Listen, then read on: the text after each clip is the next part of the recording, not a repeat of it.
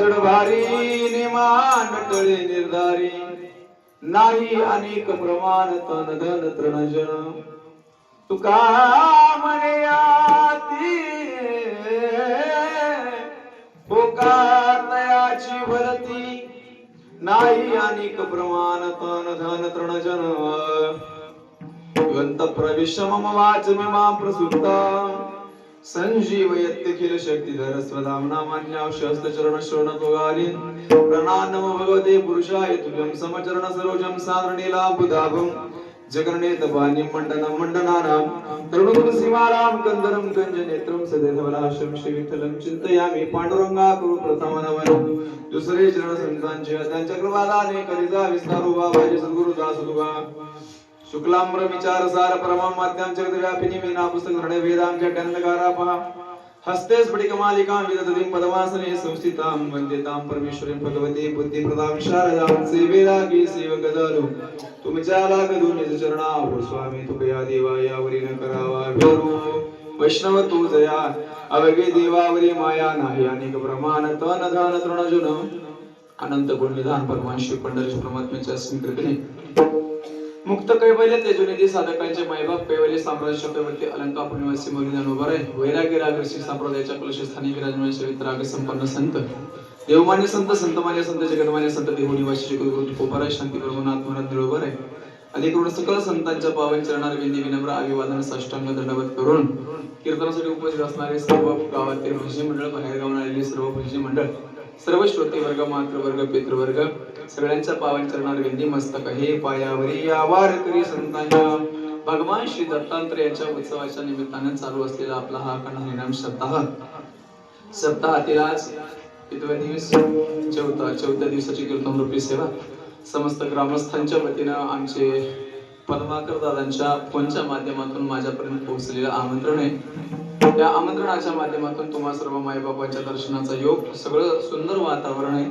फक्त गावातल्या लोकांचा उल्हास कमी दिसायला लागलाय दुसरं काही नाही थंडीमुळे म्हणा काही म्हणा पण होते ना कसं असते परमार्थ करायचं म्हणलं का लोकांना कंठाळाच यायला लागलाय सध्या पण जे आपल्या सोबत येणार आहेत तेच करायला लोक तयार नाहीत महाराज काय कमाल असेल म्हणा लोकांची कलियुगाचं वातावरण म्हणावं काल आहे तस्मै नमः म्हणावं काय म्हणावं काही कळायला तयार नाही तुमच्या म्हणजे तुमच्याच गावामध्ये म्हणत नाही मी प्रत्येक गावामध्ये असंच चाललंय पण एक सांगतो जे आपण आपल्या अट्टहासानं सायासानं करायला पाहिजे ते मात्र आपण करत नाही जे करायला नाही पाहिजे ते मात्र करायला केल्याशिवाय राहत नाही प्रपंचामध्ये माणूस किती सायास करतो बघा ना रात्र दिवस तळमळ चालू आहे महाराज प्रपंचासाठी किती तळमळ आहे बघा ना प्रत्येकाची साधं मीठ सुद्धा कमी पडलं तर घरामध्ये बायको आपल्याला बोलून देत नाही साधं भाजीमध्ये आपल्याला घरामध्ये जर मीठ कमी पडलं तेल जर कमी पडलं तर जमत नाही पण परमार्थामध्ये असं काय म्हणतोय मी एवढं का असं माणसाची बुद्धी अशी परमार्थ करावं बाबा जे आपल्या सोबत येणार आहे ते आपण करावं ते वाटोळं आपण कमवावं ती त्याच्याकडे कोणी लक्ष द्यायला तयारच नाही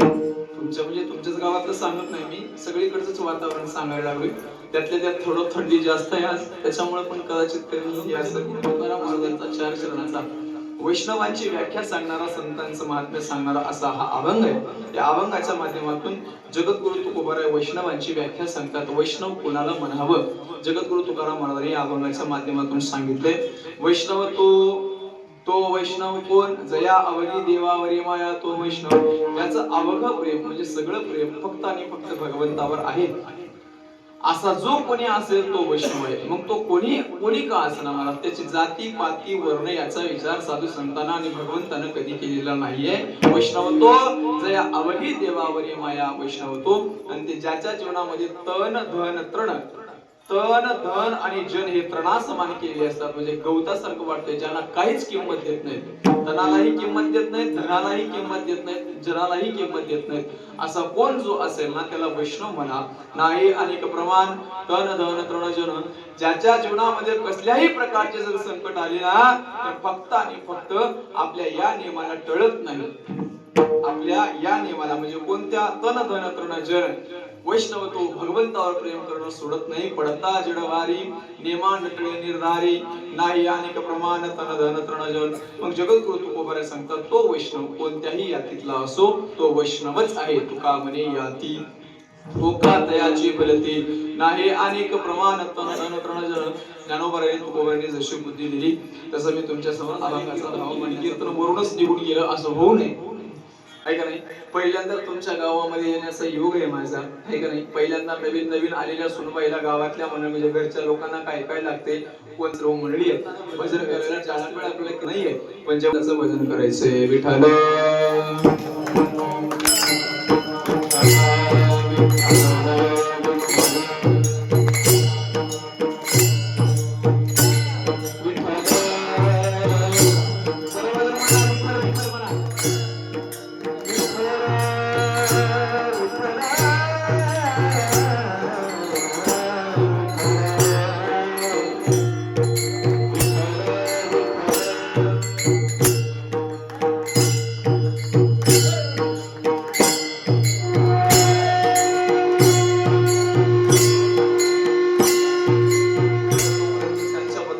निर्माण होत नाही. संत कळेलच असं सांगता येत नाही.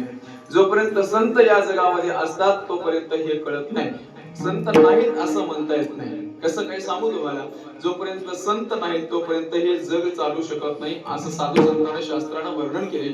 या जगामध्ये 7 गोष्टी असणं अत्यंत आवश्यक आहे. जोपर्यंत ते आहेत तोपर्यंत जग चालतंय, नाहीतर जग बंद पडून जाते, जग संपण्याची शक्यता आहे. कोणत्या कोणत्या गोष्टी सांगतो बघा, ऐका. पहिल्यांदा या पृथ्वी तलावर गाय असली पाहिजे, गोमाता. गाय असल्याशिवाय हे जग चालत नाही. ज्या अर्थी गाय आहे, ज्या अर्थी आपण सगळं चालतोय बोलतोय त्या अर्थी संत असलेच पाहिजेत. पहिल्यांदा गाय असली पाहिजे.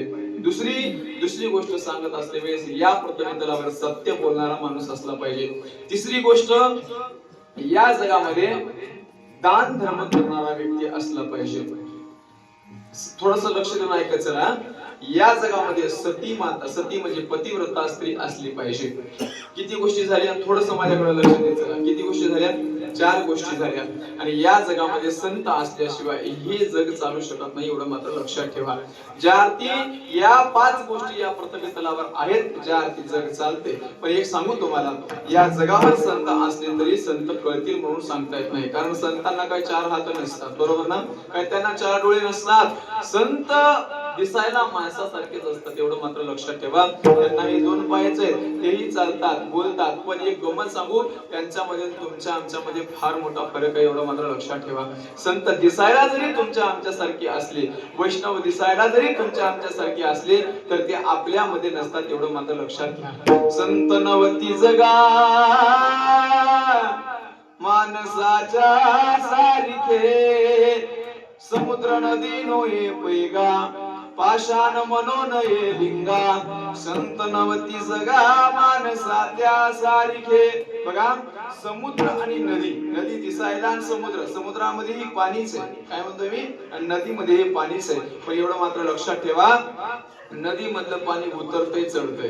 पाऊस पडला तिला कोणाचं तरी सहकार्य घ्यावं लागतंय. कोणत्या तरी असं वाहून आलेलं पाणी जर नदीमध्ये जमलं तर नदीमध्ये पाणी राहतंय. समुद्राचं तसं आहे का सांगा बरं. किती जरी दिवस दुष्काळ पडला तरी समुद्रातलं पाणी कमी होत नाही. आणि किती जरी पावसाळा यंदासारखा झाला तरी समुद्रामध्ये पाणी वाढते म्हणून सांगता येत नाही, वाढतही नाही. समुद्री रेखा ओलांडावी. महाराज भगवंताने समुद्राला सांगितलंय, तू जर रेखा ओलांडलास का मग कोणी जिवंत राहणार नाही, त्याच्यामुळे तू रेषा ओलांडायची नाही. बघा ना, समुद्राला कोणाकडून पाणी उसने घ्यायची गरज, नदीचं तसं नसते, बरोबर ना. नदीला पाणी जर पाऊस जर पडला तर नदीला पूर येते. जर मग पाऊस गेला का मग नदीचं पाणी आटून जाते, बरोबर ना. तुम्ही आम्ही नदी सारखे आहेत, संत मात्र समुद्रासारखे आहेत. संत समुद्रासारखे आहेत, त्यांना कोणाकडून सुख दुःख घ्यावं लागत नाही. आपल्या आपल्या आनंदामध्ये मस्त राहतात. जसं समुद्र आपल्या आपल्या आनंदामध्ये मस्त राहतो, साधू संत तसेच आहेत. बघा पुढं, पाषाण मनोनये लिंगा. पायरीचंही दगडच आहे आणि आतमध्ये मंदिराच्या आतमध्ये बसवलेलं दगडच आहे, बरोबर ना. दोघांची पूजा केली जाते का हो? पायरीची आपण पूजा करतो का? पायरीची आपण पूजा करत नाही, पण महादेवाच्या पिंडीची मात्र पूजा करतोय. आतमध्ये असणारी मूर्ती कोणती, पांडुरंगाची मूर्ती असो, भगवान श्री दत्तात्रयाची मूर्ती असो, किंवा लिंगा म्हणजे महादेवाच्या लिंगाची प्रतिमा असो, कोणाचीही प्रतिमा, आतमध्ये असणार ही दगडच आहे. आतमध्ये असणार, मंदिराच्या आतमध्ये असणार ही दगडच आहे. आणि आपण ज्या पायरीवर पाय देऊन चढतो ती पायरीचंही दगडच आहे, बरोबर ना? दोन्ही दगडामध्ये फार मोठा फरक आहे. एकाची पूजा केली जाते आणि एकावर पाय ठेवले जाते. पूजा एकावरी पाय ठेवी पाषाण प्रतिमा, पाषाण पायरी पूजा एकावरी पाय ठेवी. दोन्ही दगडच आहेत. मंदिराच्या आतमधलाही दगड आहे, मंदिराच्या बाहेरचंही दगड आहे. पण एकावर पाय ठेवले जाते, एकाची महाराज त्याच्यावर तूप टाकलं जातं, त्याच्यावर दूध टाकलं जातं, त्याचा अभिषेक केलं जाते, बरोबर ना? आता याच्यामधला फरक सांगू. आतमधलं जरी दगड असलं, बाहेरचं जरी दगड असलं, बाहेरचा दगड म्हणजे तुम्ही आम्ही आहे, पाय ठेवायचं. आणि साधू संत म्हणजे आतमधलं दगड आहे, त्यांची पूजा केली जाते, बरोबर ना? साधू संतांची पूजा केली पाहिजे.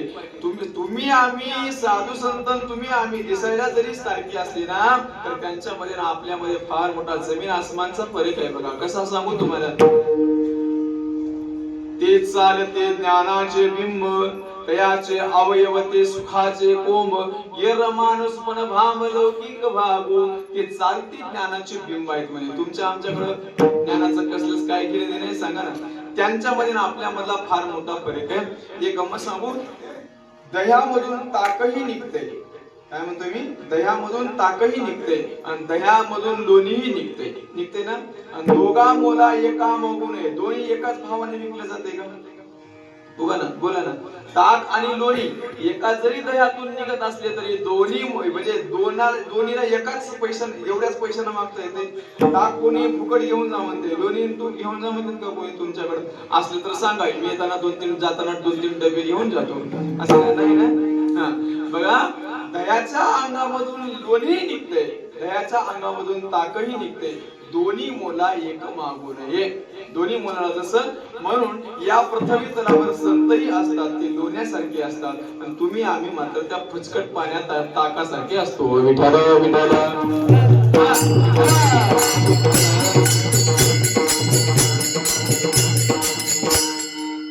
परीस पाहिजे तुम्ही कधी? परीस ते परीस नावाचा दगड असतो. परीस नावाचा जर दगड लोखंडाला जर लावला, समजा लोखंडाला जर परीस लावला, तर त्या लोखंडाचं सोनं बनवण्याची ताकद परिसामध्ये असते. परिसामध्ये लोखंड असेल ना. आता मी काही परीस आतापर्यंत पाहिलं नाही, पण असं सांगतात बाबा, प्रत्येकाच्या जीवनामध्ये परीस नावाचा जो धातू आहे, परीस नावाचा जो दगड आहे, तो 3 वेळा येऊन जातो. म्हणजे 3 वेळा आतापर्यंत आपल्या हातामध्ये आला असेल, पण कदाचित कळाला नाही, म्हणून आपण जिथल्या तिथेच आहे. कळाला असताना तर सगळे नेऊन लोखंडाला लावून सोनं तयार केली असते ना, बरोबर का? ज्या अर्थी आपल्याला परीस मिळालाय, परीस म्हणजे मिळालाय, पण तो कळाला नाही ना, अजून कळाला नाही. पण परीस सांगतो तुम्हाला ऐका. परिसामध्ये अशी ताकद आहे महाराज, ती जर लोखंडाला जर आपण त्याचा स्पर्श केला तर त्याच्यामध्ये सोनं बनवण्याची ताकद असते. आणि सामान्य दगड जर घेऊन जर आपण जर लोखंडाला लावलं समजा, तर ते होते का? त्याच्यामध्ये ताकद असते का?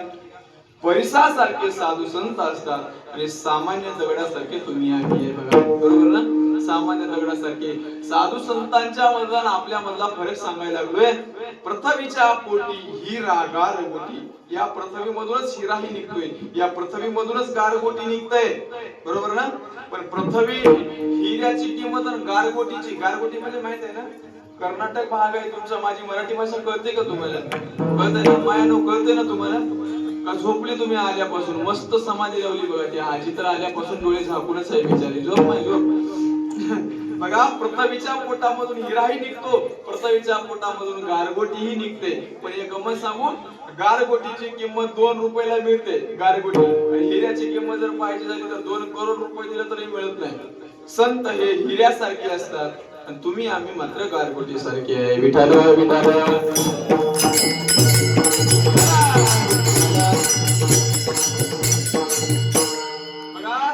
मृत्यू लोकामध्ये नाही असं म्हणता येत नाही. संत आहेत म्हणून तर हे. संत न होती जगत में तो जल जाता संसार. संत आहेत, पण संत आपल्याला कळतील म्हणून सांगता येत नाही. बरं, ते संत आपल्याला चालता बोलताना दिसतात महाराज. दिसती जनी बनी प्रत्यक्ष लोचनी, दिसती जनी बनी प्रत्यक्ष लोचनी, एका जनार्दनी ओळखिले हरिमुखी गाता हर भली चिंता. ते चालता बोलताना तुम्हाला आम्हाला दिसतात, पण दिसलेले साधू संत महात्मे आपल्याला कळतीलच म्हणून सांगतात नाही. आपण वरच्या वेशेला बोललोय महाराज. आपण साधू महाराज हे कशावरून ठरवतो बोला ना? ज्याच्या गळ्यामध्ये टप्पू माळा आहेत, ज्यानं कपाळाला गंध लावले, मोठे मोठे गंध लावले, अशा महात्म्याला बोलून बघा. अशा महात्म्याला बोलतोय म्हणून तर म्हणतात बाबा, पाणी पिना छान के आणि गुरु करणं. आपण आपल्या जीवनामध्ये गुरु करत असते वेळेस का नाही, पाणी हे थोडस गाळून पिलं पाहिजे. कारण कसंही सांगता येत नाही. तसं गुरु करत असते वेळेस अगोदर त्याचा अनुभव घ्या, नंतर गुरु बनवा. नंतर पश्चाताप करून काही पदरामध्ये पडणार नाही. एवढं मात्र लक्षात ठेवा. ज्यांनी ज्यांनी गुरु मानून मंदिरामध्ये ठेवलं, त्यांची प्रतिमा ठेवली, त्यांची पूजा केली, त्यांचा अभिषेक केलाय, त्याच गुरुनं काय काय केले तुम्हाला समोर सगळ्यांना माहित आहे. त्याच्यामुळे गुरु करत असते वेळेस थोडस विचार करून करत जा. कोणालाही गुरु मानू नका, कोणालाही संत मानू नका. कारण संत हे वरच्या वेशेनं ठरत नसतो. नवतीचे संत माळा मुद्राच्या भूषणे, भस्म उधळणे नवती संत. जगद्गुरु तुकाराम महाराजांना सांगितलंय बाबा, माळा मुद्राच्या भूषणे नवती ते संत. मोठ्या मोठ्या माळा घातल्या म्हणजे साधू होतोय सांगता येत नाही. म्हणजे माळा घालणारा साधू असतो असं नाही. साधू माळ घालतो हे खरंय. काय म्हणतो मी बघा, वारीमध्ये प्युअर जे ओरिजिनल वारकरी असतात का नाही, ओरिजिनल वारकरी हे कमी असतात. आणि चोर तर मोठे मोठे गंध लावून, मोठे मोठे माळी घालून आपल्यापेक्षा भक्त कपडे घातलेले असतात. बरोबर ना? मग कोणाला म्हणावं वारकरी सांगा ना? कोणाला महाराज म्हणावं? कलियुगामध्ये पोटासाठी संत झाले कलित बहुत. जगद्गुरु तुकाराम महाराजांचे शब्द आहेत. याच्यामुळे संत नेमकं कोणाला म्हणावं? संत भेटले तरी कळतील म्हणून सांगता येत नाही महाराज. आहे का नाही?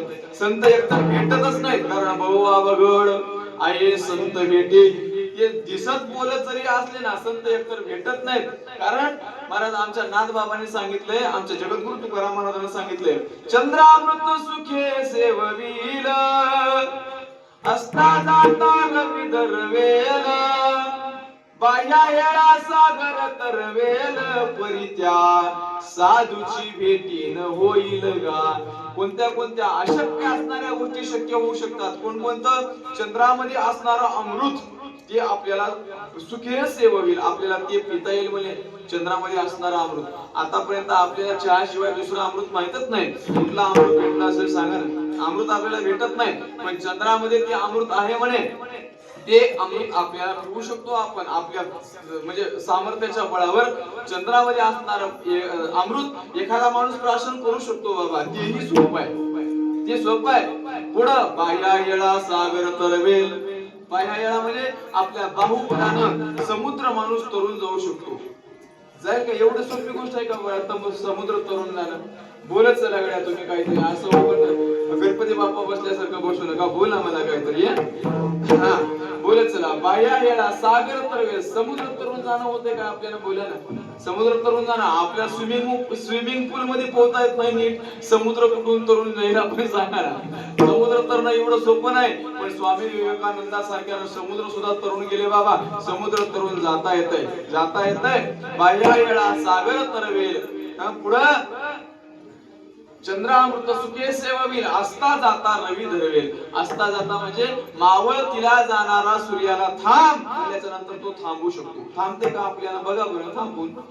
असेल कोणामध्ये ताकद तर बघा उद्या प्रयत्न करून थांबते काय आपल्यासाठी.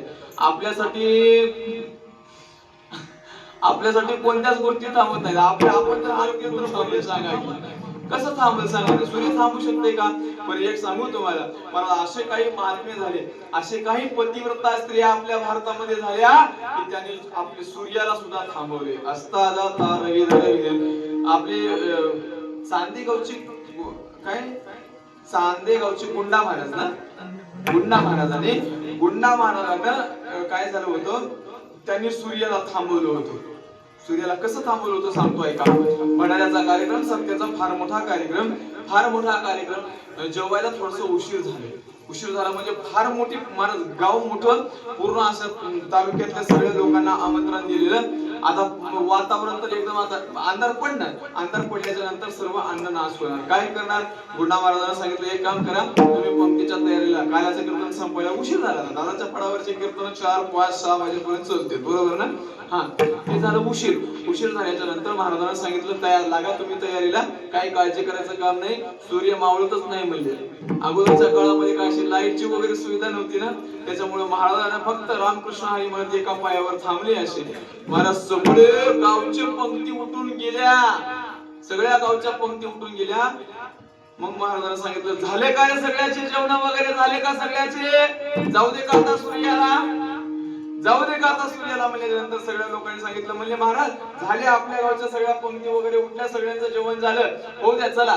झालं. महाराजांना असं पाय काढून बाजूला ठेवल्याच्या नंतर रात्रीचे 12 वाजले होते. म्हणून असता जाता रवी धरवेल, रात्रीचे 12 वाजेपर्यंत. बघा एक गंमत सांगू तुम्हाला, महाराज असता जाता रवी धरवेल एवढंच सांगायचं होतं मला. एखादा महात्मा, एखादा भक्त, एखादी पतिव्रता सूर्याला सुद्धा थांबवण्याची शक्ती तिच्यामध्ये असते. एका बाईच्या नवऱ्याला शाप लागला होता, मांडवीय ऋषी, त्या ऋषीचं नाव, त्याला शाप लागला होता. दोन्ही डोळ्यांना आंधळ होतं महाराज, ते आंधळ होतं. आंधळ असते वेळेस त्या आंधळेपणा कुष्ठरोग झालेलं त्याला. पण पतिव्रता स्त्रीची ताकद सांगू तुम्हाला, पतिव्रता स्त्रीची, त्याची बाई एवढी म्हणजे पत्नी एवढी पतिव्रता होती. रात्रंदिवस कुष्ठरोग जरी झालेला असला, आंधळा जरी मालक असला ना, सेवा करत होती. त्याचं रोग बरं होण्यासाठी, त्याचे डोळे बरे होण्यासाठी रात्रंदिवस ती प्रत्येकाजवळ जायची, प्रत्येक डॉक्टराजवळ जायची. जात असते वेळेस एकदा काय झालं, एक महात्मा अशी शुळावर बसून तपश्चर्या करत होते. मांडवी ऋषी त्यांचं नाव सांगितलंय. ते म्हणजे शुळावर बसून तपश्चर्या करणारे. ते जाता जाता त्या आंधळ असल्यामुळे त्याला काही दिसलं नाही. अंधार, रात्री 12चा टाइम आहे.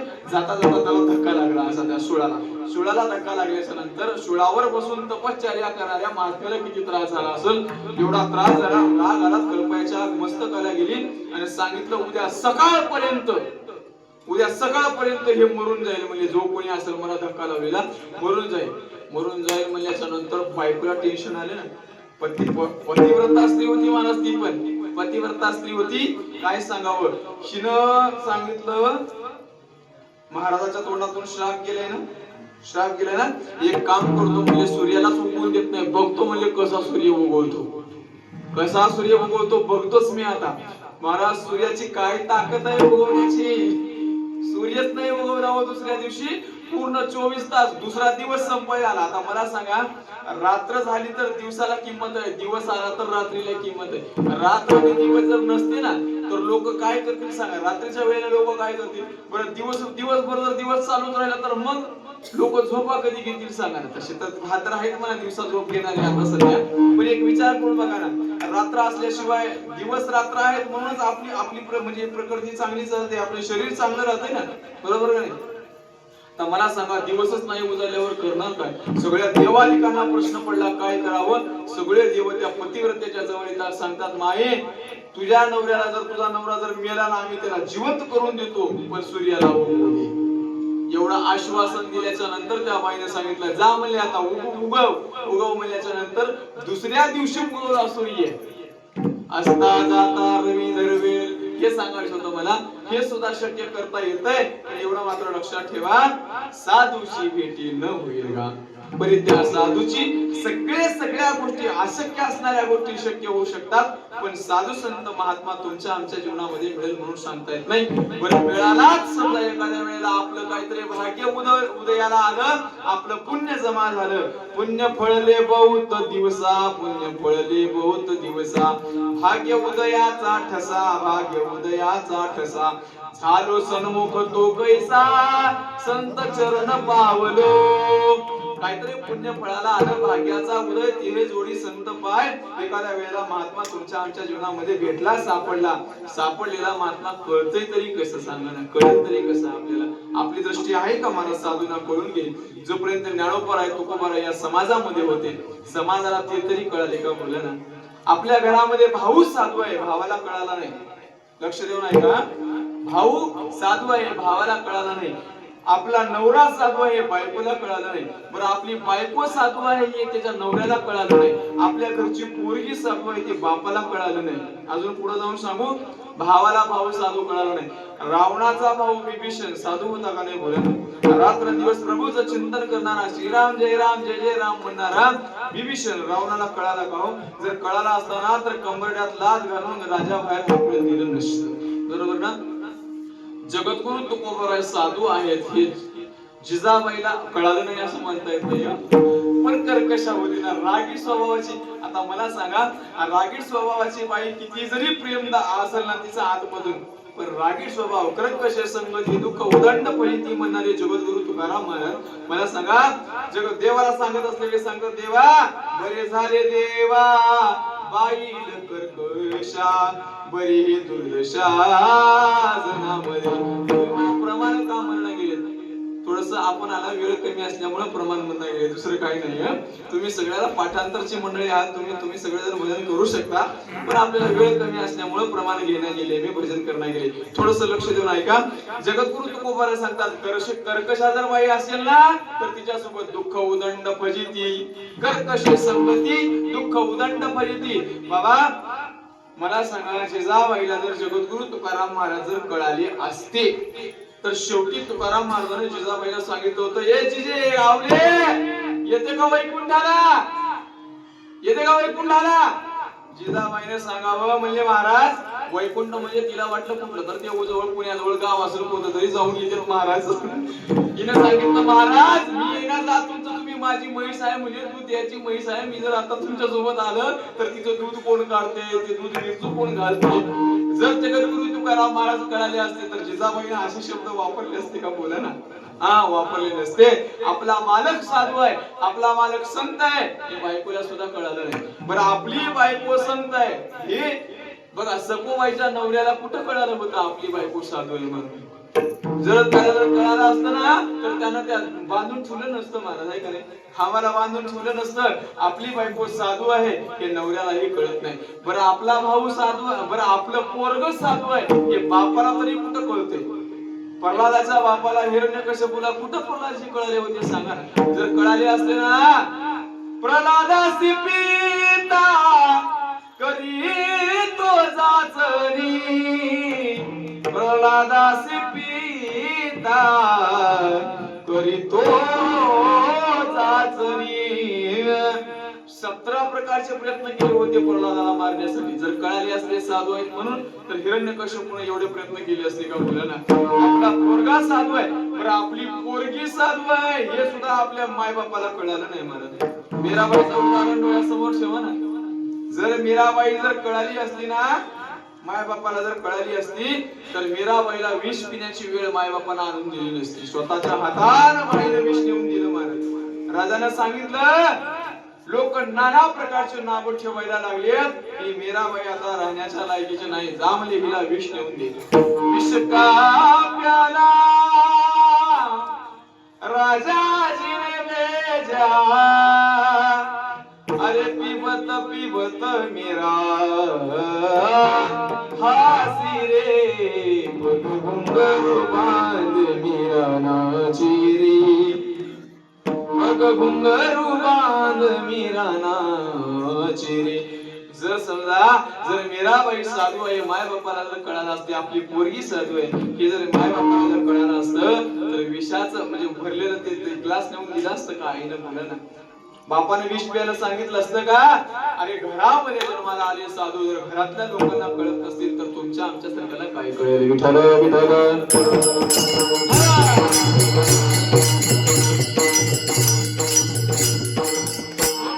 जगद्गुरु तुकाराम महाराज देहू मध्ये होते, देहूतल्या लोकांना तुकाराम महाराजाची किंमत कळाली होती का? बोलायला कळाली होती का? नाही महाराज. एकाने विचारलं, लोकांनी विचारावं म्हणजे महाराज जगद्गुरु तुकाराम महाराजांचं घर कुठे आहे? तुकाराम महाराजांचं घर कुठे आहे? तर देहूतल्या लोकांना सांगावं, तुकाराम महाराज इथं महाराज विराज कोणी नाही म्हणे, येडा तुक्या राहते म्हणे ते.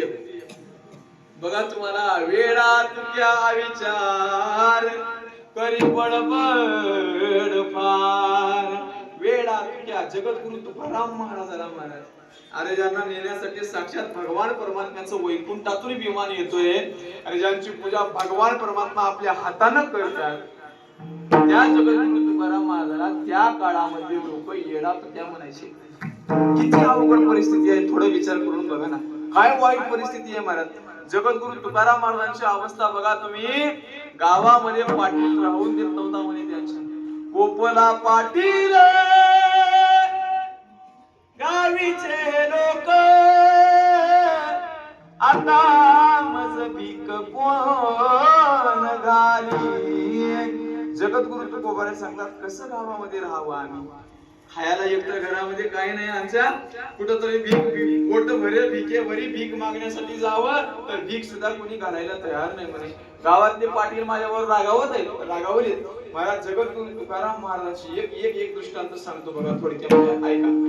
जगद्गुरु तुकोबारायाच्या जीवनामध्ये त्यांच्या सोबत एक शिवबा कासार नावाची एक वारकरी होती. अशी वारकरी म्हणजे रोज जिथं कीर्तन जगद्गुरु तुकाराम महाराजांचं आहे अशा ठिकाणी ती शिवबा कासार जायची. रोज उठला का रोज एका गवऱ्याचं झालं का, कळसजाळचं झालं का, भालकीचं झालं का, पुढे बिजरचं झालं का, बसव कल्याण, असं रोज एका गावाला फिरत बसायचे ते. रोज जगद्गुरु तुकाराम महाराजांचं जिथं कीर्तन आहे तिथं हे शिवबा कासार जायचे. या शिवबा कासाराच्या बायकोला वाटलं जगद्गुरु तुकाराम महाराजांना, म्हणजे तुकाराम महाराज तर आपल्या संसाराचं तर वाटोळ करून घेतले, पण माझ्या नवऱ्याला सोबत घेऊन जाऊन माझ्याही संसाराचं वाटोळ करतात. मला मनामध्ये कपट निर्माण झालं बघा तिच्या. बघा मला सांगा, जगद्गुरु तुकाराम महाराज त्या बाईला कळाले असते तर कपट निर्माण झालं असतं का बोलाना. साधू जगद्गुरु तुकाराम महाराजांसारखा महात्मा आपल्या गावात जन्माला आलाय, त्या बाईला किंमत कळाली नाही महाराज. बरं अगोदरच्या काळामध्ये काय असं नारळाची पाकिटाची सुविधा नव्हती. नवरा गेला तर गेला, काही का होईना घेऊन येते हे बी नव्हतं ना. तुकाराम महाराजांच्या काळामध्ये कशाचं पाकिट आणि कशाचं नारळ, कशाचं काय सांगा, काहीच नाही ना महाराज. जायचं फक्त भगवंताचं भजन करायचं, खाऊ वाटलं तर खायचं, नाही तर घरून नेऊन. असे मी बरेच वारकरी पाहिले की घरून जेवण करून जातात आणि घरीच येऊन जेवतात, तिथं जेवायची सुद्धा सुविधा नाही. असे भजन करून वारकरी संप्रदाय इथपर्यंत आलाय. हे गम सांगू, मागच्या लोकांनी कष्ट पाहिलेत, पण हे गम सांगू आम्ही आयत्या पिठावर रांगोळ्या वळायला आलो ना. तुकाराम महाराजांनी ज्ञानोबारायाने स्वतः दुःख भोगले, पण त्यांच्या नावावर माझ्यासारखे लाखो महाराज, लाखो करोडो महाराज आहे ना. काय कमी आहे सांगा ना. ज्ञानोबा तुकाराम संध्याकाळी गुलाबजाम काही खा महाराज. काय इकडे तर बरं आहे, इकडे आपण कर्नाटक महाराज आपल्याला चांगले मराठी जमते, आपला मराठी अर्थ कळतोय. तुम्ही तिकडे थोडस तेलंगणामध्ये येऊन बघा, तिकडच्या लोकांना काहीच कळत नाही. बोंबडा काहीच कळत नाही महाराज. त्यांना ज्ञानोबा तुकाराम सुद्धा नीट म्हणता येत नाही. जानभाव तुकाराम म्हणजे ती, तरी ते जानभाव तुकाराम म्हणल्याच्या नंतर सुद्धा ते माणूस जवळ ते पंक्तीचा यजमान महाराजा ఈరోజు ఏం చేయాలి చెప్పండి, ఏం తింటారు మీరు, అన్నం తింటారా, ఏమని వేరే ఏమని ఐటమ్ చేయాలన్నా, అన్నం పప్పు చేయాలన్నా, రొట్టె తింటారా, ఏం తింటారు చెప్పండి. कळते तुम्हाला. तुम्ही मला हे पुणीकडची रेंज ओढते, मी तेलंगणाच्या पाठीवरच असल्यामुळे सगळं जमते आपल्याला. कन्नडा जमणार गेले अजून थोडं येईल आता हळूहळू. इकडे पण चाललंय मला प्रयत्न करायचं. ते तिकडे तेलंगणामध्ये असल्यामुळे ते तेलंगणाचा म्हणजे तेलंगणाची भाषा वापरत होतो मी. ते पंक्तीचा यजमान जवळ येते विचारते, महाराज आज तुम्ही काय खाणार आहे सांगा, काय करू दे तुमच्यासाठी स्पेशल आयटम सांगा तुम्ही. आज गोड काय खायचंय का, तिकडे खावं वाटतंय, काय खावं वाटतंय. हे मजा कोणाच्या जीवावर चालली म्हणतोय मी, कोणाच्या जीवावर सांगा ना. जर ज्ञानोबारायाचं तुकोबारायाचं जर नाव आम्ही घेतलं नाही तर तुम्ही आम्हाला विचाराल का? विचाराल तुम्ही. समजा मी जर उद्या येऊन या गादीवर उभा टाकून माझं मी अभंग तयार करून जर सांगायला लागलो तुम्हाला, तुम्ही ऐकाल माझं कीर्तन, चल बाई पुढे तुझं ऐकायला आम्ही बसलो नाही, आम्ही तुकाराम महाराजांचे शब्द ऐकायला बसले. बरोबर ना. काय मजा आहे महाराज. पण असू दे, तुकाराम महाराजांना ज्ञानोबारायानं आमच्यासाठी एवढी मोठी शिदोरी तयार करून ठेवली. त्यांचे किती उपकार आहेत ते सांगू शकत नाही. काय द्यावे त्यासी पावे उतराई, ठेविता हा पाय जीव थोडा.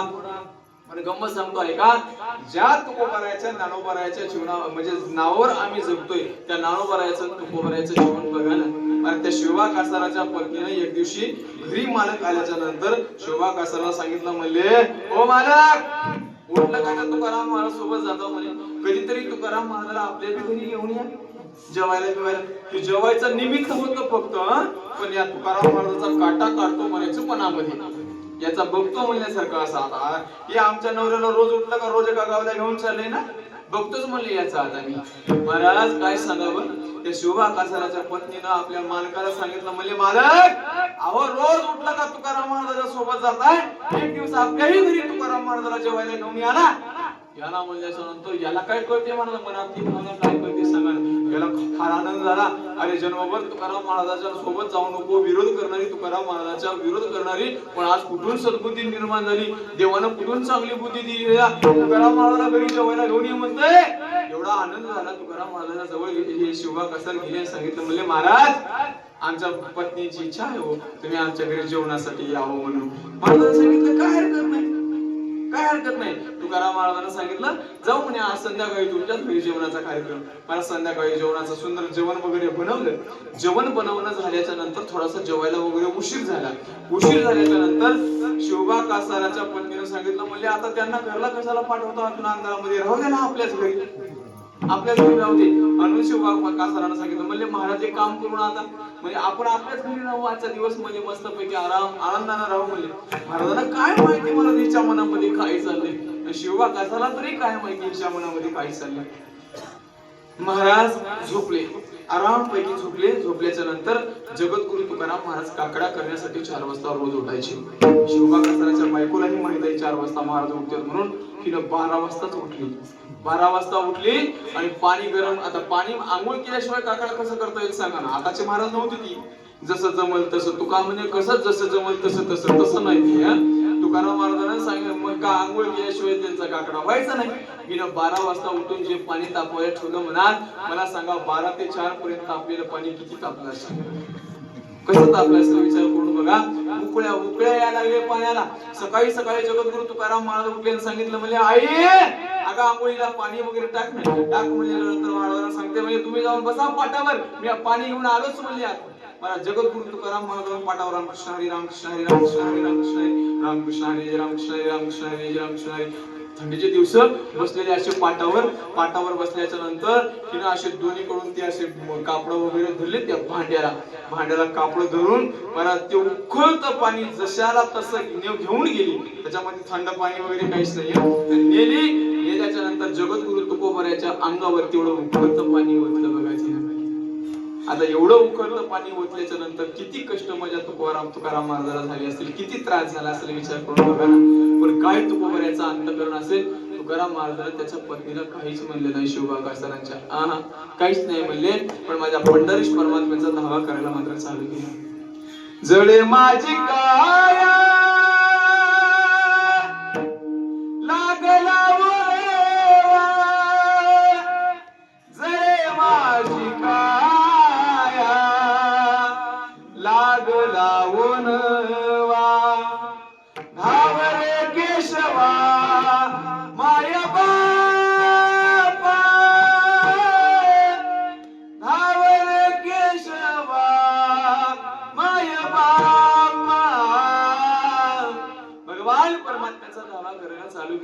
मला एकच सांगायचंय, जर जगद्गुरु तुकोबरा शिवबा कासाराच्या पत्नीला जर कळाली असते तर कशाला उकळतं पाणी ओतलं असतं सांगा ना.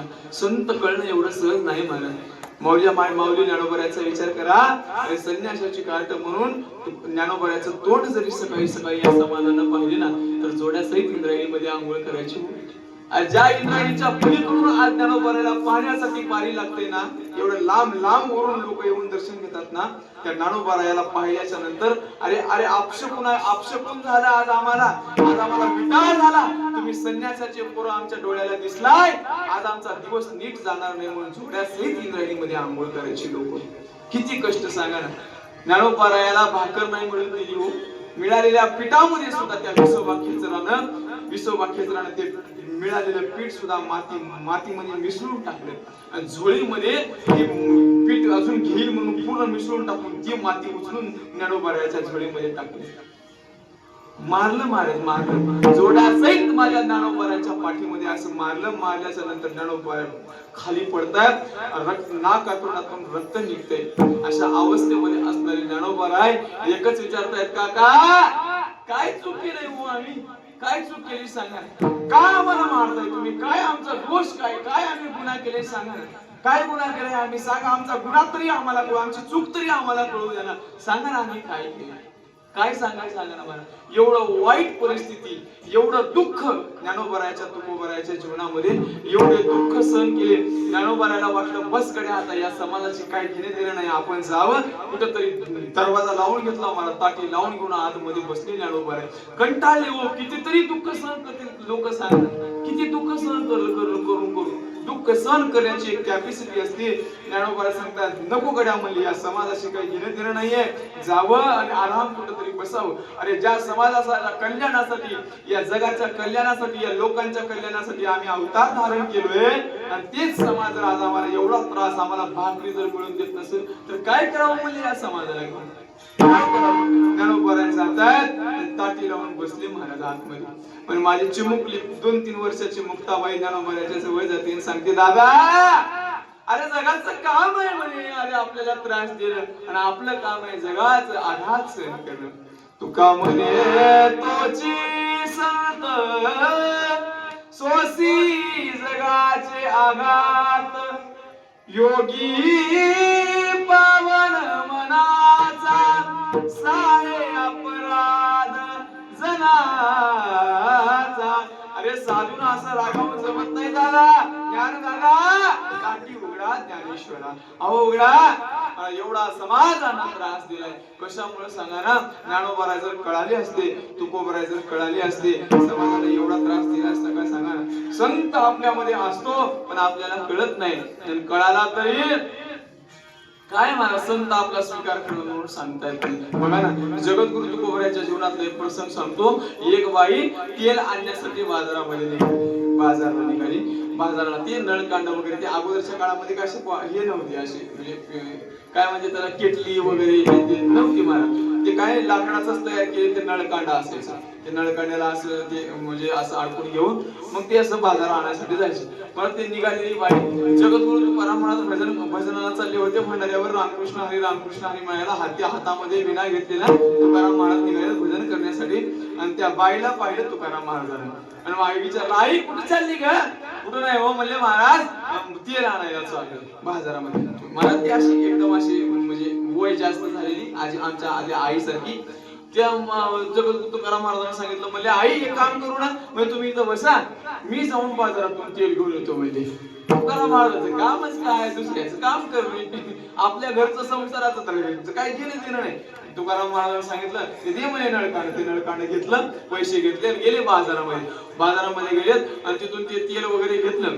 तेल घेऊन घरी आले. घरी आल्याच्या नंतर त्या बाईला सांगितलं म्हणजे आई हे घे तुमचं तेल घेतलं. महाराज ते तेल 8 दिवस जाणार तेल 15-20 दिवस झाले तरी संपतच नव्हतं. ते 8 दिवस जाणार तेल 20 दिवस गेल्याच्या नंतर ते बाई गप्प बसली असेल का. सगळ्या गावातल्या बायला म्हणते माय त्या वाण्याचा तुमच्या आहे का नाही, त्याच्या हाताला लई बळ आहे, लई बळ म्हणतात बघा, लई बरकत आहे त्याच्या हाताला. काय सांगावं, मी तेल आणायला आलो, 8 दिवस जायचं तेल, हे बघ म्हणजे 15-20 दिवस झालं तरी संपून आले. सगळ्या गावच्या बायामध्ये एकच चर्चा, तुकाराम महाराज तेल आणले का मग बस आपल्या घरचं बी तेल आपण आणायला हवं तुकाराम महाराज. आणि तुकाराम महाराज बरोबर विना घेऊन बाहेर निघाले की सगळ्या गावातल्या बाया जमा व्हायच्या नळकांडे. कशाला तेल आणायला व्हायला. तुकाराम महाराज आता नको तर कोणाला म्हणायचं कामच नाही. तुकाराम महाराज असं थांबावं, एक काम करा, अडकवा म्हणे तुमचे नळकांडे, अडकवा. इकडून 10-5 इकडून 10-5 गळ्याला, आणि गळ्यामध्ये पिशवी बांधलेली अशी, पिशवीमध्ये पैसे टाका, नळकांडे अडकवा. असे अडकून घेऊन तुकाराम महाराज निघाले तर आपलं बुजवणं गेली निघाल्यासारखं. अशी रोबो जावं बाजारामध्ये जावं, आणि त्या तेलवाल्याला म्हणावं, वाल्याला दुकानदारला एक काम करा, हे पैसे घ्या आणि ह्याच्यामध्ये तेल द्या. आता कोणाचे पैसे किती, कोणाला किती तेल द्यावं तुकाराम महाराजांना काय माहित आहे सांगा. वाल्याला बरोबर समान तेल भरावं. जा म्हणे महाराज. आता निघाले महाराज निघाल्याच्या नंतर पण गम सांगू, घरी आल्याच्या नंतर ज्या बाईनं जेवढे पैसे दिले तेवढेच त्या नळकांड्यामध्ये तेल, जेवढे पैसे दिले ना तेवढं. काय कमाल असं तुकाराम महाराज. मला दृष्टांत सांगायचा याच्यासाठीच आहे.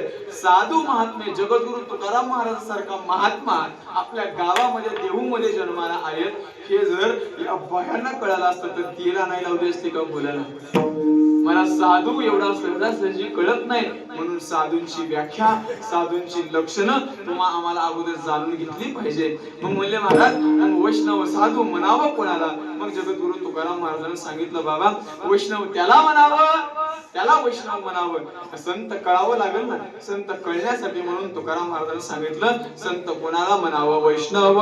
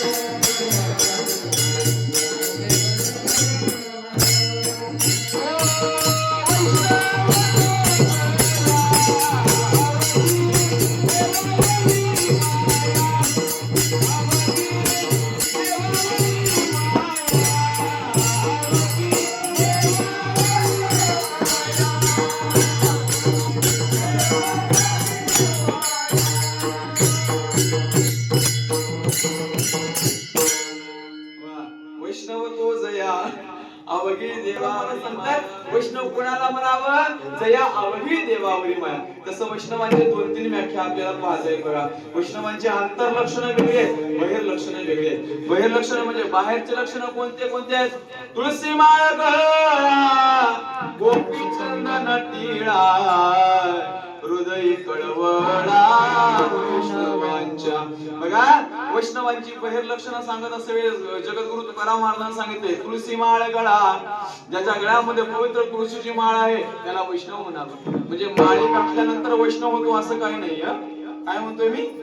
माळी घातलेला प्रत्येक माणूस वैष्णव होतोच असं नाही, पण वैष्णवांच्या गळ्यामध्ये तुळशीची माळ असते. हे गमत सांगू, मला तुळशीची माळ घालायला आपल्या हिंदू धर्मातल्या लोकांना म्हातारे झाले 60-70 वर्षांचे झाले तरी घालावं वाटत नाही. का? वैष्णवांच्या यादीमध्ये आपलं नाव कधी येईल म्हणतोय मी. तुमच्या आता इथं बसलेल्या पैकी मला असतील आहेत ना. जगद्गुरु तुकाराम महाराज वैष्णवांची व्याख्या सांगतात. मला तुम्हाला विचारायचं आहे इथं की आपण एक सांगू तुम्हाला हिंदू धर्माची लक्षणं आहेत महाराज. काय हिंदू धर्माची म्हणजे आपण वैष्णव आहे ना. मग आपल्या गळ्यामध्ये प्रत्येकाच्या हिंदू धर्मामध्ये जन्माला आलेल्या प्रत्येक माणसाच्या गळ्यामध्ये तुळशीची माळ असली पाहिजे. प्रत्येकानं कपाळाला गंध लावलं पाहिजे. मला एक गोष्ट सांगा, आता मी इथं आल्याच्या नंतर 10 बार माईकवर ओढावं लागत होतं, चला भजनाची वेळ झालेली आहे, चला चला चला म्हणल्याच्या नंतर आपण 10 वाजता भजन चालू करतोय. थोडा विचार करून बघा कोणत्या मस्जिद मधून ओरडून सांगावं लागतंय हो चला नमाजाचा टाइम झालेला आहे चला म्हणतात कोणी.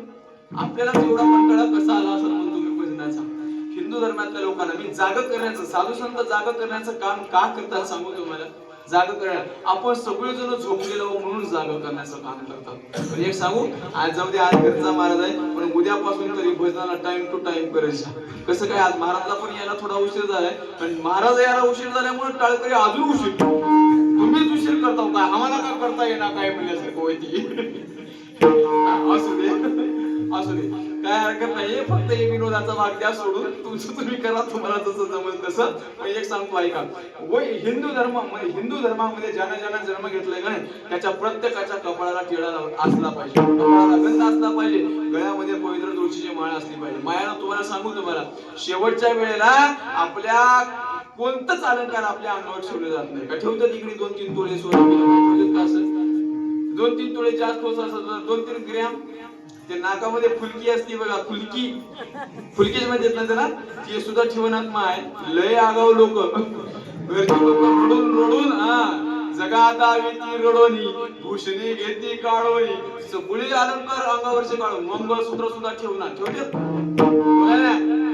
मंगळसूत्र इकडे ठेवतात का आमच्याकडे ठेवणार बा तुमच्याकडे काय माहित नाही आता कर्नाटक मध्ये असलं तर असेल पद्धत काय सांगता येणार ठेवत असेल तर सांगा मला बघा गंमत सांगू तुम्हाला कोणतेच अलंकार ठेवले जात नाही पण शेवटच्या वेळेला एवढी माळ ठेवली जाते का नाही बघा ना अरे जे शेवटच्या वेळेला आपल्या सोबत येणार आहे ते मग घालायला काय हरकत आहे सांगा ना काय हरकत आहे काही हरकत नाही पण लोकांना घालावं वाटत नाही एखादं 70-80 वर्ष वय झाले त्याला मी म्हणलं बाबा अरे बाबा आता तर घाला आता तर म्हणे तुमचे हाड मसनात गेलेत म्हणलं गौऱ्या मसनात गेल्यात आता तर घाला ते काय म्हणते मला माहित आहे का की जन्मभर ज्यानं आता काय करू नये ते केले पिऊ नये ते पिले खाऊ नये ते खाल्लंय असं म्हातार मी त्याला म्हणलं आता तर घाला आता संपलंय म्हणलं तुमचं आता तुम्हाला राम राम मी नीट म्हणता येणार गेले लांब लांब म्हणायला लागला तुम्ही मग लोक म्हणतात म्हातारपणामध्ये माळ मी सांगू तुम्हाला म्हाताऱ्या माणसाला माळ घातली म्हणजे काय फरक पडत नाही तुम्ही म्हणाल म्हाताऱ्या माणसाला असं काय म्हणताय ऐका ना ज्यानं जीवनभर पाप केले ज्यानं जीवनभर खाऊ नये ते खाल्ले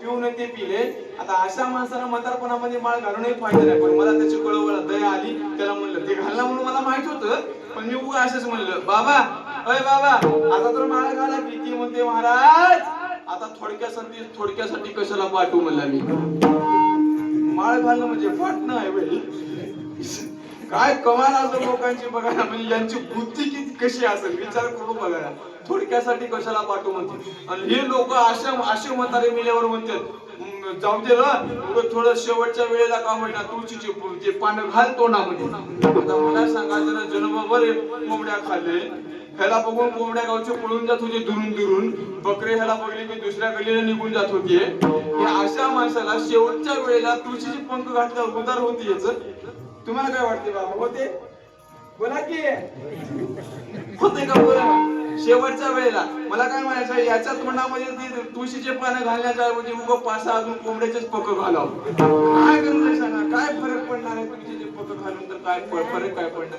काय फरक पडणार नाही पण एक सांगतो जोपर्यंत आपण आहे जिवंत अरे म्हातारपणामध्ये माळी घालण्यापेक्षा लहानपणामध्ये घाला अरे कमीत कमी आपल्या हिंदू धर्माचे संस्कार जपण्यासाठी तरी माळी घाला काय चाललंय माणूस कुठं चाललाय आपला धर्म मलाच कळलं गेलं काय वाईट परिस्थिती आहे व किती वाईट विचार लोकांचे झाले सांगा 3.5 वर्षाच्या मुलीवर बलात्कार झालाय परवा काय वय आहे जिच्या पाळण्यातून पाय बाहेर निघाले नाही किती नराधम विचार किती हलकट विचार असतील सांगा ना अशा माणसाचे किती फालतू माणूस असतात आपण रावणाला बदनाम केले तुम्हाला खरं सांगू रावणाचं नाव बदनाम आहे पण रावणापेक्षा कितीतरी बेकार माणसं आहेत अशी रावणानं सीता मातेला फक्त चोरून नेलं होतं ते पण भोगण्यासाठी म्हणून नाही लक्ष देऊ नाही का रावणासारखा पंडित रावणासारखा महात्मा जन्माला येणार आहे मला आला नाही फक्त त्याचं नाव बदनाम आहे त्याला आपण दसऱ्याला जाळतोय कशामुळे जाळतोय यानं काहीतरी जीवनामध्ये पाप केले म्हणून त्यानं काही पाप केलं नाही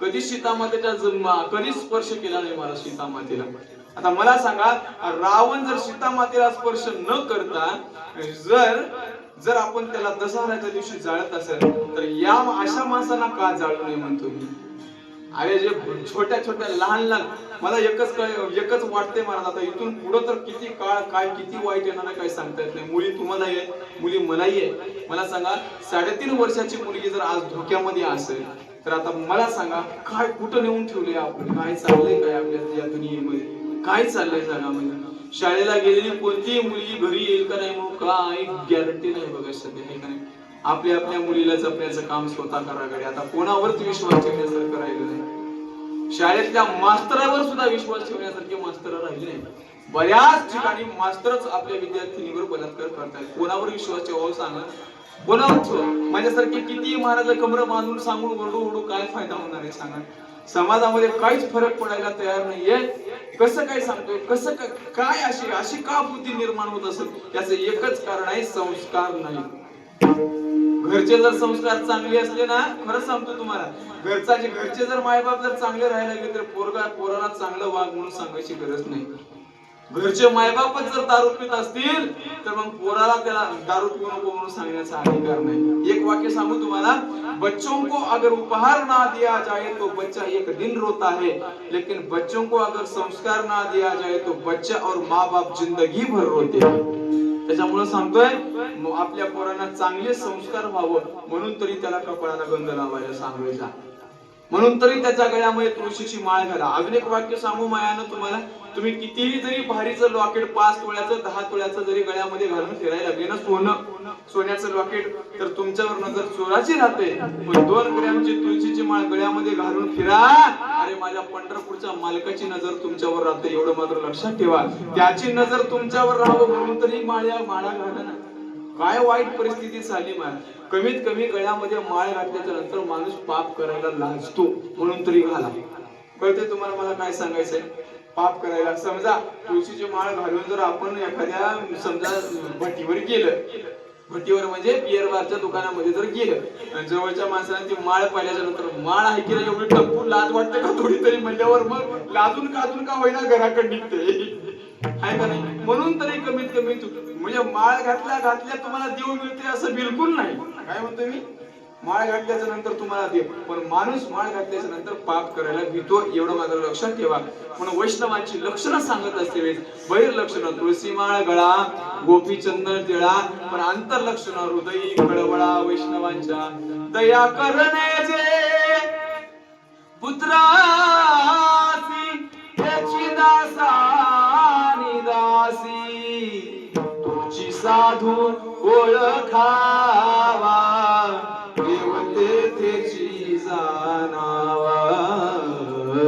जे कारंजले गाजले त्यासी मने झोआ फुले. हे साधू संतांच्या अंतःकरणातील भावना, हे अंतरंग लक्षण असे आहेत. बहिरंग लक्षण ते सांगितले तुळशी माळ गळा, हृदय कळवळा. वैष्णवांच्या एक व्याख्या झाली. दुसरी व्याख्या वैष्णव जन तो तेने कहिए जो पीड पराई जाने रे, पर दुखे उपकार करे तो मन अभिमानना आयो रे. वैष्णव जन तो तेने कहिए जो, एखाद्यावर उपकार केले अंतःकरणामध्ये कसलीच भावना निर्माण होत नाही, अभिमान निर्माण होत नाही. अशा वैष्णव म्हणा. अजून एक व्याख्या सांगतो, विष्णुमय जग वैष्णवांचा धर्म, भेदाभेद भ्रम अमंगळ. असं जे जे दृष्टी दिशी ते हरिरूप, पाहिजे तिकडे माय बाप विठ्ठल आहे रुक्माई. हे वैष्णवांची सगळी व्याख्या सांगितली. आणि शेवटचं लक्षण सांगितलं वैष्णवांचं कोणतं. वैष्णव तो जया अवघी देवावरी माया, आणि त्याच्या जीवनामध्ये तो बाकी देवाला सोडल्याच्या नंतर कोणावरही प्रेम करत नाही, स्वतःच्या शरीरावर सुद्धा तो प्रेम करत नाही. का? त्या शरीरावर प्रेम करण्यासारखं काही नाहीये, साधूंना कळालेलं असते. काय नाही त्याच्यावर प्रेम करण्यासारखं सांगा ना. तुमच्या आमच्यासारखे माणसं शरीरावर प्रेम करतात, किती नटतो बघा ना तुम्ही. अलंकार स्थाने तनु सजवितो, मना दर्पणी पावनी रंजवितो, पण जळे कळे दर्पणी रूप हे रे, सरपणी रूप हे रे. हरे राम हा मंत्र सोपाज पेरे. रामदास स्वामीने सांगितलं काय सजवतो महाराजाला. आहा, अलंकार भूषणे तनु सजवितो. अलंकार किती किती याला काय नवीन कपडे घालणं, काय याला रोज एक मेकअपचं सामान आणणं, काय का नाही, फेरन लवली लावणं, काय क्रीम लावणं, काय पावडर लावणं, काय हे मायानं लावतो ना. कोणती क्रीम लावा, पण एवढं मात्र लक्षात ठेवा कितीही याला जरी सजवलं ना, शेवटी याची मातीच होते, एवढं लक्षात ठेवा, है ना. अरे पंचभूतापासून निर्माण झालेले हे शरीर पंचभूतामध्ये विलीन होणार आहे, त्याच्यामुळे याच्यावर प्रेम करण्यासारखं काही नसते. साधूंना माहित असते, तुम्हाला आम्हाला काय कळत नाही.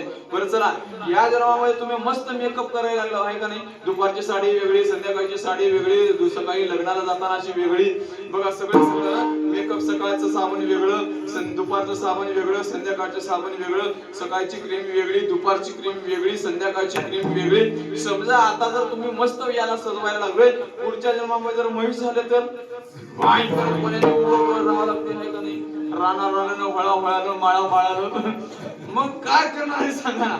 बरं पुढचा जन्म तुम्हाला माणसाचाच मिळतो, मग काय गॅरंटी आहे. म्हणून सांगतोय बाबा, आता तुम्हाला भेटलेच चांगलं मॉडेल. आता करून घ्या काय करायचंय ते पुण्य, काय करायचंय ते. याची देही घडे देवाचे भजन, पुढच्या जन्मात न घडे. पुढचा जन्म डुकराचा, मांजरा, कुत्र्याचा, बकऱ्याचा मिळाल्यावर आपल्याला भजन करता येते का बोले ना. म्हणून सांगताय बाबा, आता चांगला देह मिळाला, याच्याकडून हे साधन मिळाले, साध्य प्राप्त करून घ्या. याच्यावर प्रेम करण्यासारखं काही नाही, फक्त आपल्याला कामाला येते म्हणून याचा वापर करून घ्या. हे मॉडेल आपलं नाही ना, मग आपण नाही तर याच्यावर एवढं प्रेम करण्याची गरज नाही. साधूला कळलेलं असतंय म्हणून नाही अनेक प्रमाण तन, पहिलं शब्द वापरलं तन. ज्या शरीरावर आपण एवढं प्रेम करतो ते तन त्यांना आवडत नाही, ते एवढं प्रेम करत नाहीत.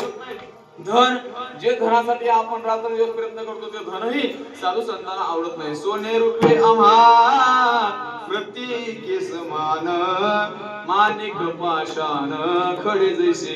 कारण धनाची मागे कळीकळाचा लाग असल्यामुळं धनही साधू संतांना आवडत नाही. शेवटी सांगितलं जन. महाराज हे लोक बघा भक्ती करत असतो सुद्धा आपण लोकांकडे पाहून भक्ती करतो ना.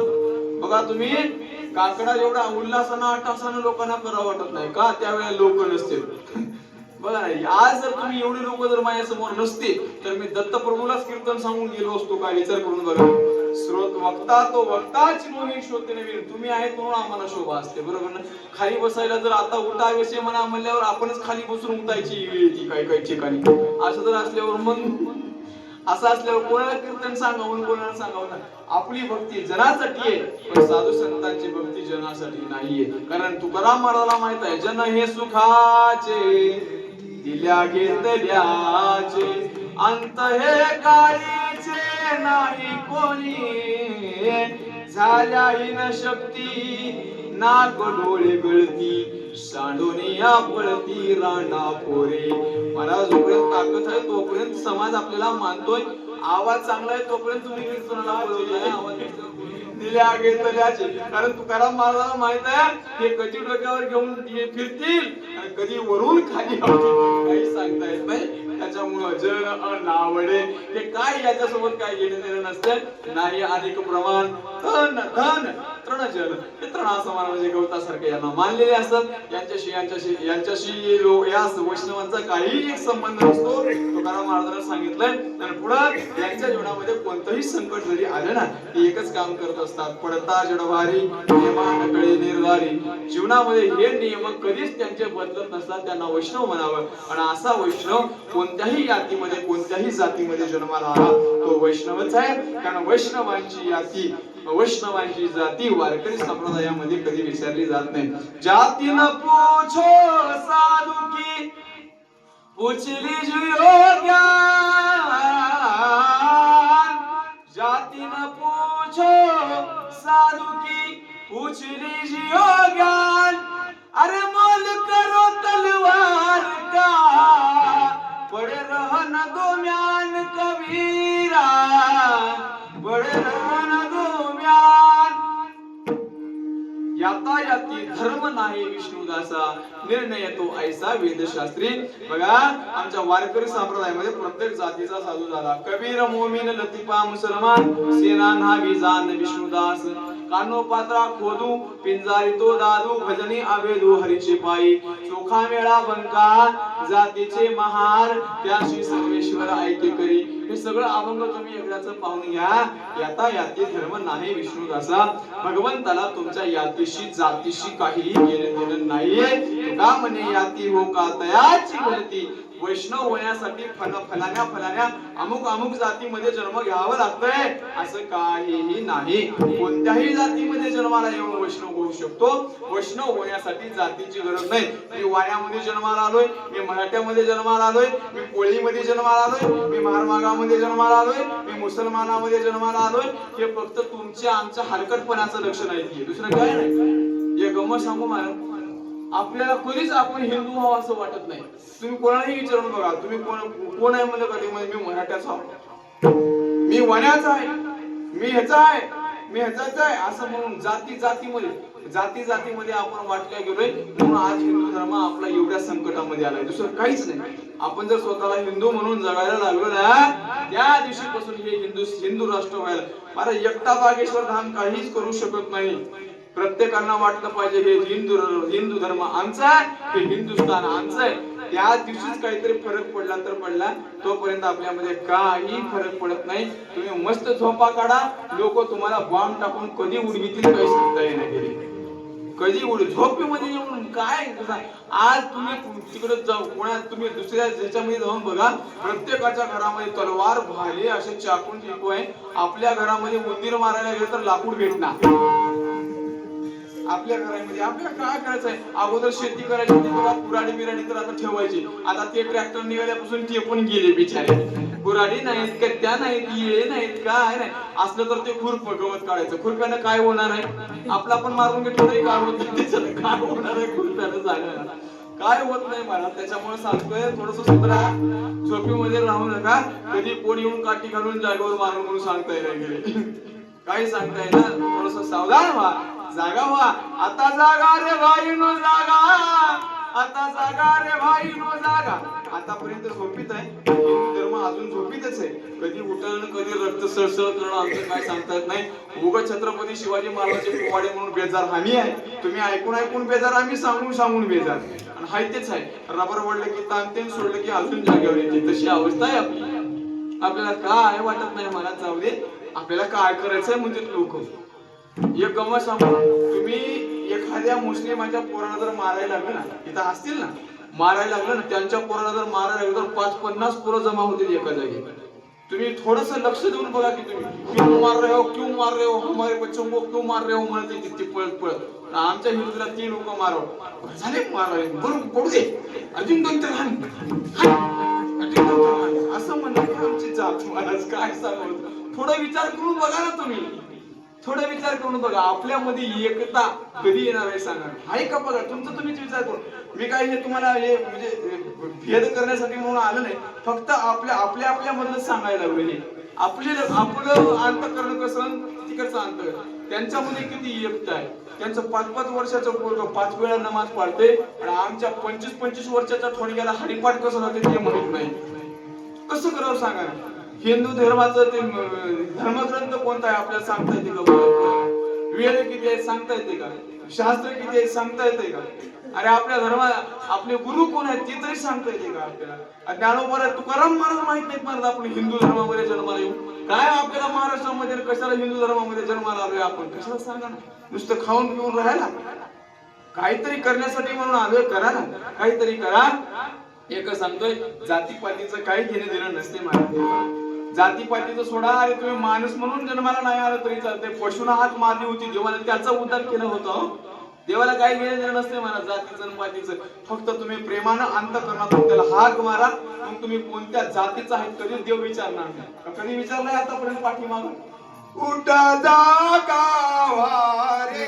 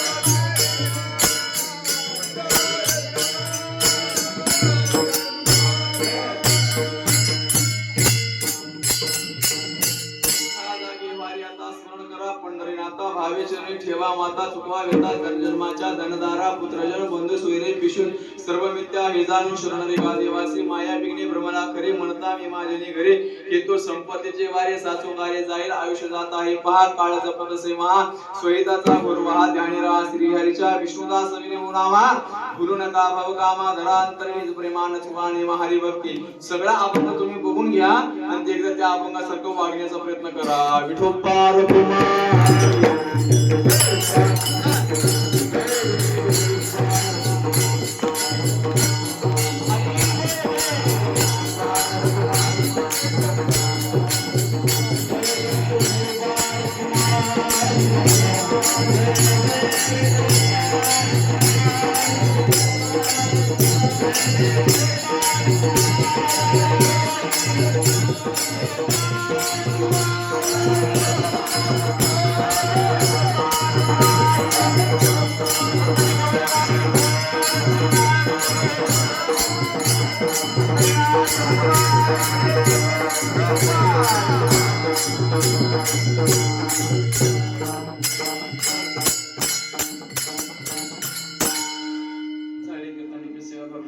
समर्पित करायचे.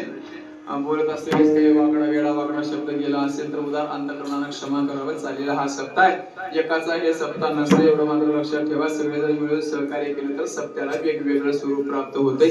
सगळेजण मिळून 12 महिने तुम्हाला 2-2 हजार रुपये यायला लागेल, बरोबर ना? 12 महिन्याचे 24,000, बरोबर?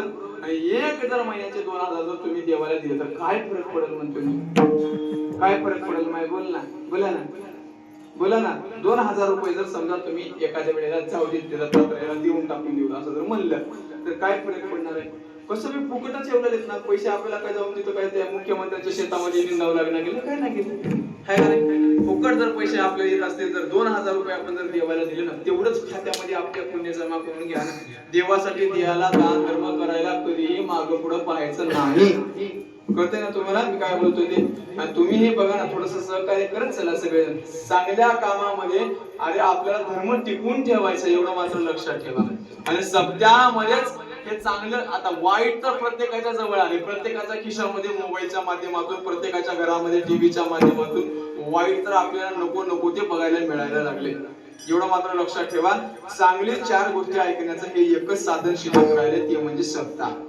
गावामध्ये सप्ताह जर होत असेल ना तर कधीच नागडोळे मोडायचं नाही पैसे देण्यासाठी. कधीच दान धर्म करण्यासाठी. मला आपल्याला मागून मागून किती मागणार आहेत सांगा. अरे ज्या देवाने एवढे अनंत उपकार करून आपल्याला मानवी शरीर प्राप्त करून दिले त्याचे उपकारातून कृतज्ञ कमीत कमी म्हणजे उत्तीर्ण होण्यासाठी 1-2,000 5,000 जर खर्च केलं. जर समजा तुम्ही इकडे द्यायला कंजूसी केली समजा आणि नुसतं डॉक्टर हात धरत तर 500 रुपये काढून घ्यायला जाऊन उगा नुसतं डॉक्टर असं उगा हात धरलं की काढा 500 म्हणता तिथं म्हणता का तुम्ही? नाही का हो नका हो ते ना हो आम्ही म्हणता असं म्हणताव का तिथं गुन्हा तर देवा लागते का? मग देवाने एवढं चांगलं ठेवायला लागले आपल्याला. कोणतं रोग होऊन देणार बिचार, कोणतं लग्न पाय करणार कुठली. पण त्याच्या जर मनामध्ये आलं कुठली एखादी नस जर दाबून टाकली ना लाखो रुपये खर्च केले तर नस नीट होत नाही. नस नीट होत नाही हो, खरंच सांगतो तुम्हाला. आमच्या गावामध्ये एखादा ऍक्सिडेंट झाले कुठली नस दबली काहीच माहित नाही. मेलच शेवटीला ते नस काही नीट झाली नाही. लाखो 25 लाख रुपये त्याला खर्च केले. 25 लाख रुपये खर्च करूनही मेलं. मला सांगा देवाने एखादी नस दाबू नये. सर्दी पडसा लागली तर 5-6 हजार रुपये आपली चालले.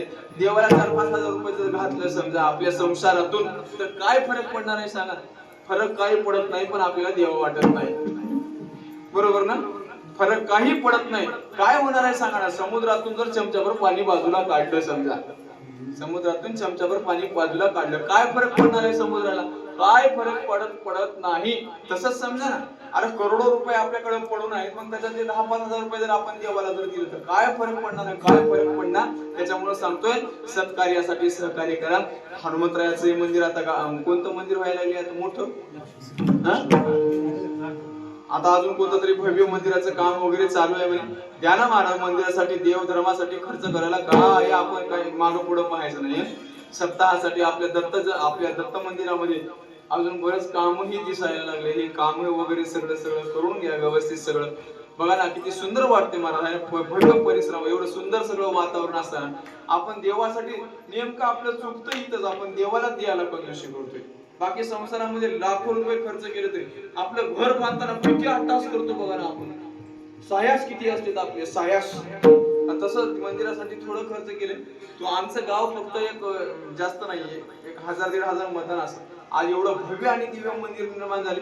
जवळजवळ 25 लाख रुपये खर्च करून आमच्या गावचे लोक आता उद्या 4 तारखेला म्हणजे सप्ताह चालू आहे आमच्या गावातला. फार मोठा भव्य आणि दिव्य स्वरूपाचा भागवत कथा आहे तिथं आपली गावामध्ये. तुम्हाला खरंच सांगतोय देवाला खर्च करण्यासाठी देवाला जर तुम्ही एका हाताने दिले ना तर देव 1000 हाताने देतो एवढं मात्र लक्षात. तुम्ही एका हाताने जर नाही दिले ना की मग ते हायते बी सगळं काढून घ्यायलाही त्याला वेळ लागत नाही. अरे ज्याला द्यायला वेळ लागत नाही त्याला काढून घ्यायला काय वेळ लागतो सांगा ना. आपल्याला उगं वाटतंय आम्ही हा म्हणून सगळं होते. तुमच्यानं काही होत नाही. काय तुमच्या इकडची काडी उचलून तिकडे ठेवत नाही. त्याला जर सांगितलं तू उचलून काडी तिकडे पलीकडे ठेव तरच ठेवू शकतो आपण. खरंच सांगतो तुम्हाला. त्याच्या सत्तेशिवाय झाडाचं पान जर हालत नसेल तर तुमचं आमचं काय म्हणतोय मी चाले हे शरीर कोणाची सत्ते कोण बोलविते हरिवीन देखवी ऐकवी एक नारायण तयाचे भजन सुकू नको. आणि त्याचं भजन करायला चुकून जाऊ नका. त्याच्यासाठी कधीही खर्च करण्यासाठी मागे पुढे पाहत जाऊ नका. आणि तुम्ही कराल एवढी सद्भावना व्यक्त करतो. आणि झालेली कीर्तन रूपी सेवा भगवान श्री दत्तात्रय प्रभूच्या चरणी समर्पित सेवेला पूर्ण विराम. ज्ञानेश्वरा माऊली ज्ञानराज